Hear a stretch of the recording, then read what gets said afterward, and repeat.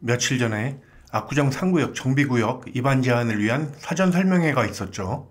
개인적으로는 묘한 시기에 설명회라 생각이 되는데요. 이 그림에서 보면 여기 2구역과 4, 5구역의 정비계획 입안 절차에 들어간 것을 예시로 보여주면서 상구역도 빨리 해야 한다는 뜻으로 읽히는데요. 이 4, 5구역은 지금 결정적인 문제들이 없습니다. 조합원들에게 100%는 아니겠지만 이미 80%에 가까운 동의를 얻었고, 그걸 그냥 얻은 게 아니고 조합원들에게 충분히 설명되고 이해를 시켰다는 겁니다. 그런데 상구역이 지금 설명되고 공감대를 얻은 게 있습니까? 내용을 체크하면서 말씀을 드리겠지만 거의 이렇게 제안을 하겠다 하는 건데요. 결정된 사항도 아니고 이런 식으로 해보는 게 좋을 것 같습니다 하는 거잖아요. 다른 구역은 이미 이런 거 다 끝내고 공모전하고 이제 정비계획 수립 들어가는 겁니다. 서울시와 협의해서 거의 결정된 것을 알리고 공감을 이루었으니 80%에 가까운 동의가 나오는 것 아닙니까? 그걸 상구역의 현 상황과 비교하는 건 어불성설이죠. 상구역은 정비계획 수립을 위한 동의서를 진구할 준비가 전혀 되질 않았습니다. 정비계획 이후에 이루어지는 사업 시행 인가 단계에 이르면 조합원들의 감정가가 정해지고 재건축 끝날 때까지 조합원들에게 따라붙는 자산의 가격표가 정해지는 단계입니다. 지금은 절대로 재건축 초기 단계가 아니고 재건축 단계 중 실질적으로 가장 중요한 시기예요. 그런 걸 어물쩍 넘길 수는 없겠죠. 영상을 통해서 설명회를 보았는데 쟁점 몇 가지 짚고 가보겠습니다. 3종을 늘리고 준주거를 줄이는 거 하고요. 그에 따른 기부 찬업을 줄이는 거 하고, 용적률은 늘리는 것이 있고요. 세대수를 5,000세대 미만으로 줄이는 건데요. 이걸 보면 굉장히 좋아진 것 같은데요. 저는 개인적으로는 이 네 가지 모두 실현 가능성이 높다고 생각합니다. 그럼 상구역은 이제부터 everything okay? 일까요? 이런 말을 하는 데는 숨겨진 이야기들이 따로 있습니다. 오늘은 그 얘기를 해보도록 하죠. 압구정 소설극장 3편 시작합니다. 우선 이런 호전된 사학의 안들이 어떻게 갑자기 나올 수가 있었느냐 하는 게 먼저 드는 의문이죠. 이렇게 할 수 있다는 걸 그동안 몰랐다는 것이냐, 아니면 할 수 있는데 안 했다는 것이냐 하는 문제예요. 오늘 드리는 말씀은 예전과 마찬가지로 저 개인의 순수한 추리입니다. 지난 소설극장들처럼 확인된 바 없고 확인해 줄 사람도 없는 내용입니다. 그걸 감안하시고 이런 견해도 있구나 정도로 이해를 해주시면 좋겠네요. 이것 기억나시죠? 처음에 서울시에서 신통기획 가이드라인으로 공개한 건데요. 저는 이 문서를 보면서 심각한 의문에 빠졌습니다. 이런 문서들이나 법규나 건축에 나오는 수치 같은 걸 빼고요. 자연스럽게 한번 생각을 해보시자고요. 상구역은 서울시에 수천억이 소요되는 보행교를 먼저 제안을 하고 서울시가 그걸 수용을 했다고 했잖아요.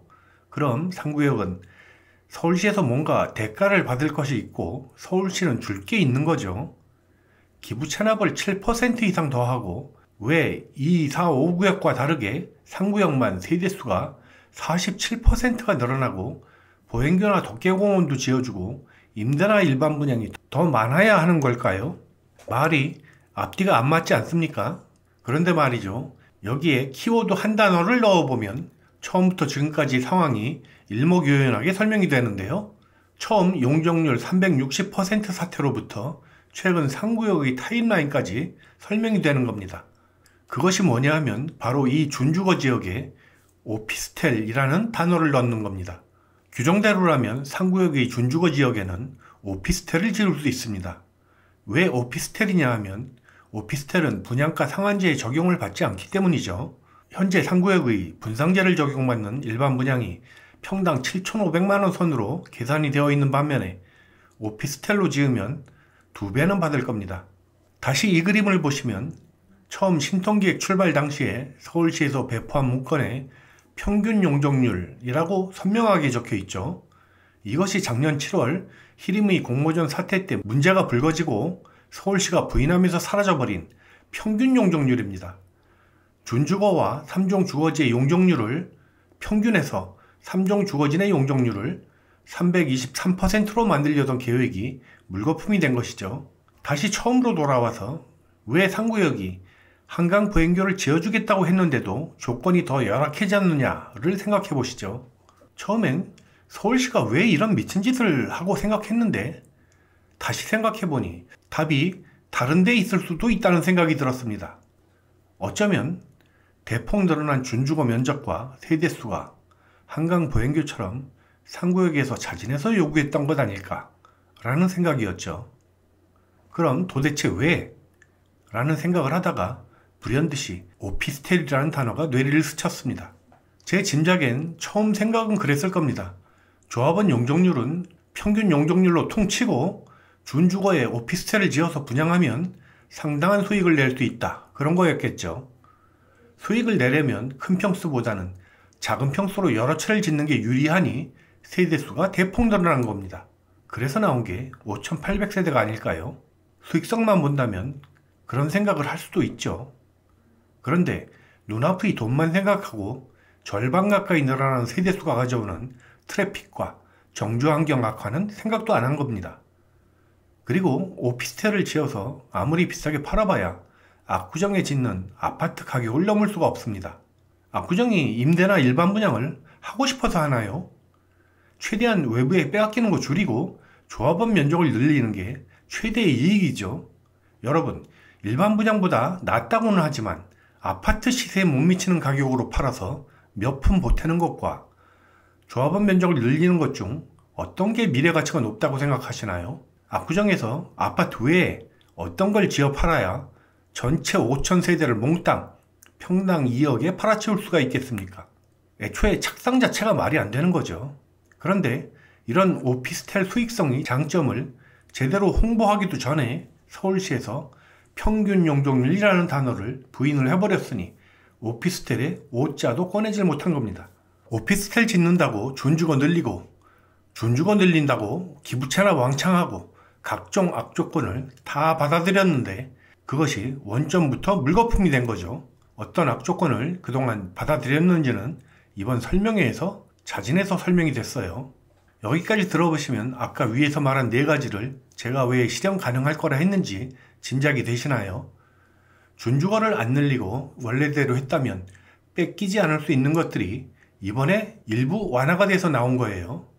준주거와 세대수 늘린 것이 자진해서 그랬다면 원상 회복도 당연히 가능할 거라 생각하는 겁니다. 서울시 입장에서는 자신들도 말을 바꾸었으니 뭔가 돕기는 해야죠. 보행교만 안 건드린다는 말입니다. 보행교가 나중엔 없어질지 몰라도 그렇게 쉽게 서울시가 포기할 거라 생각하지 않습니다. 보행교만 빠지면 상구역도 2, 4, 5구역과 비슷하게 세대수 20에서 30% 사이로 늘리고 기부채납 10% 플러스 알파 하고 재건축할 수 있는 겁니다. 제가 위에 말씀드린 맥락을 생각하시고 다음의 사항들을 한번 봐보세요. 오피스텔 포기하니 준주거 줄어들고 3종지 늘어났다고 생각해보세요. 준주거가 서울시에서 기부채납이 대가로 준 당근이니 준주거가 줄면서 기부채납도 줄어듭니다. 종상향에 따른 기부채납을 일부 줄여서 기준과 상한 용적률을 높인다는 것도 일맥상통하는데요. 서울시에서 평균 용적률을 날려먹는 대신에 일부 양보한 것 같아요. 그런데 이 양보라는 게 이런 거잖아요. 이전 영상에서 지적했던 내용인데 학교 부지를 3종지를 내주고 2종지로 되받아서 그걸 다시 2중으로 기부채납하고 그에 따른 용적률이 저하됐던 것이죠. 제가 이걸 보고 그때 야바이라 그랬잖아요. 이걸 야바이 안 치고 3종지 받았으니 그대로 다시 3종지로 만들어서 돌려주겠다는 거예요. 너무 감사하죠. 눈 뜨고 코 베일 뻔했는데 코는 남겨줬으니 말이죠. 설명회 영상을 보면 이것으로 용적률이 4%가량 올라간다는 거잖아요. 조금 더 볼게요.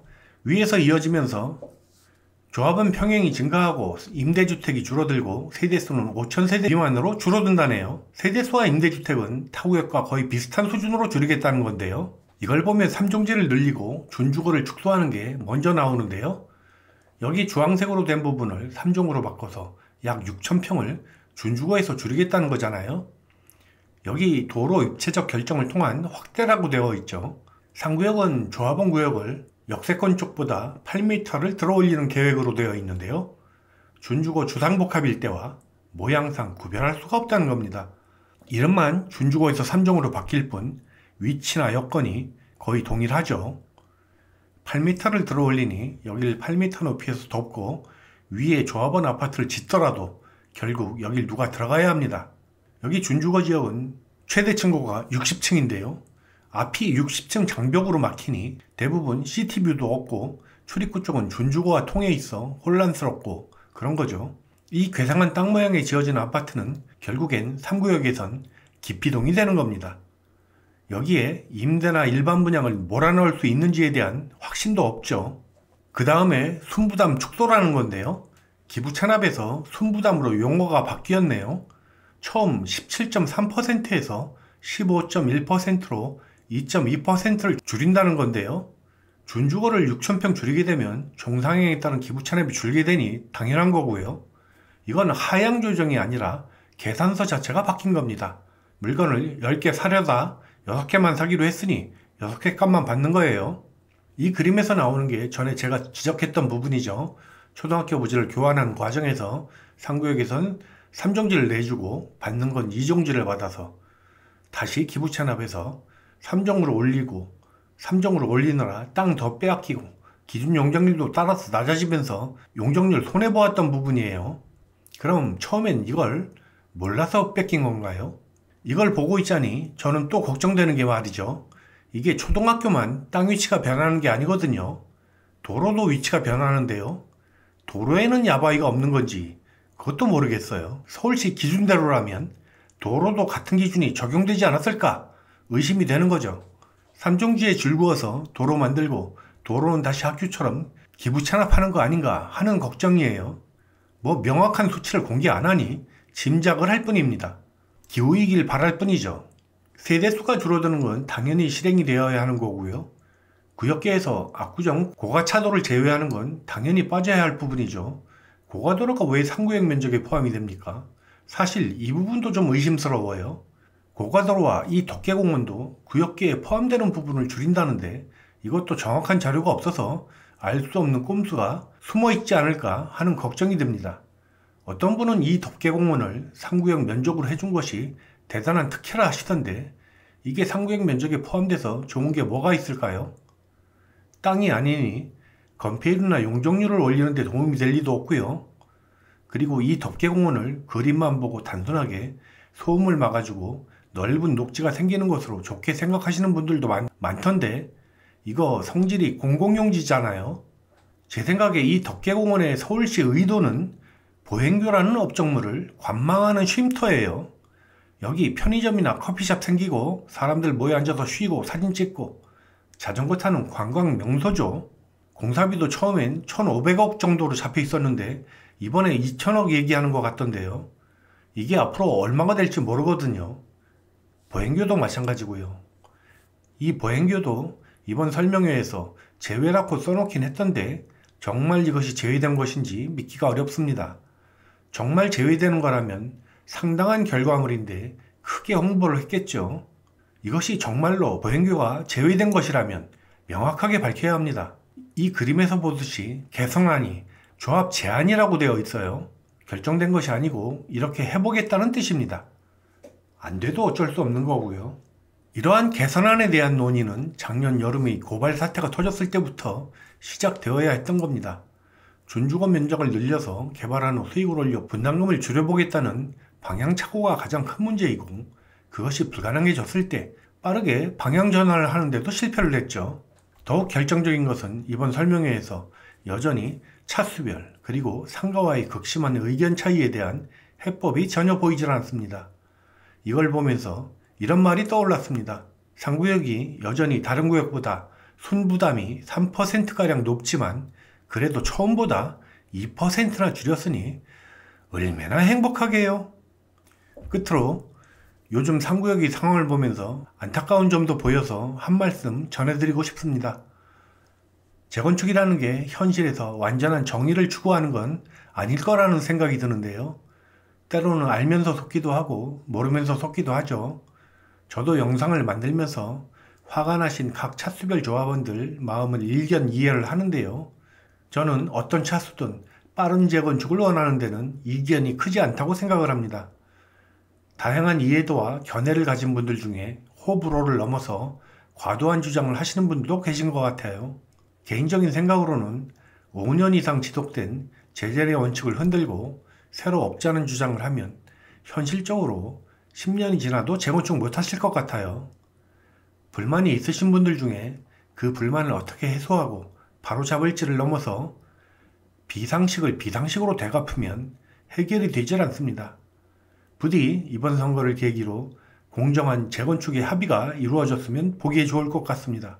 한강변은 제자리를 우선 보장받고 비강변은 면적의 우선 선택권을 갖는 합리적인 방안이 도출되어야겠죠.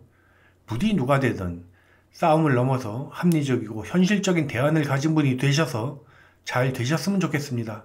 상구역 재건축이 모든 조합원들의 마음속에 양보 가능한 영역을 만들고 배려할 수 있는 상태로 돌아오시길 기원드립니다. 오늘 내용은 이것으로 마치겠습니다. 감사합니다.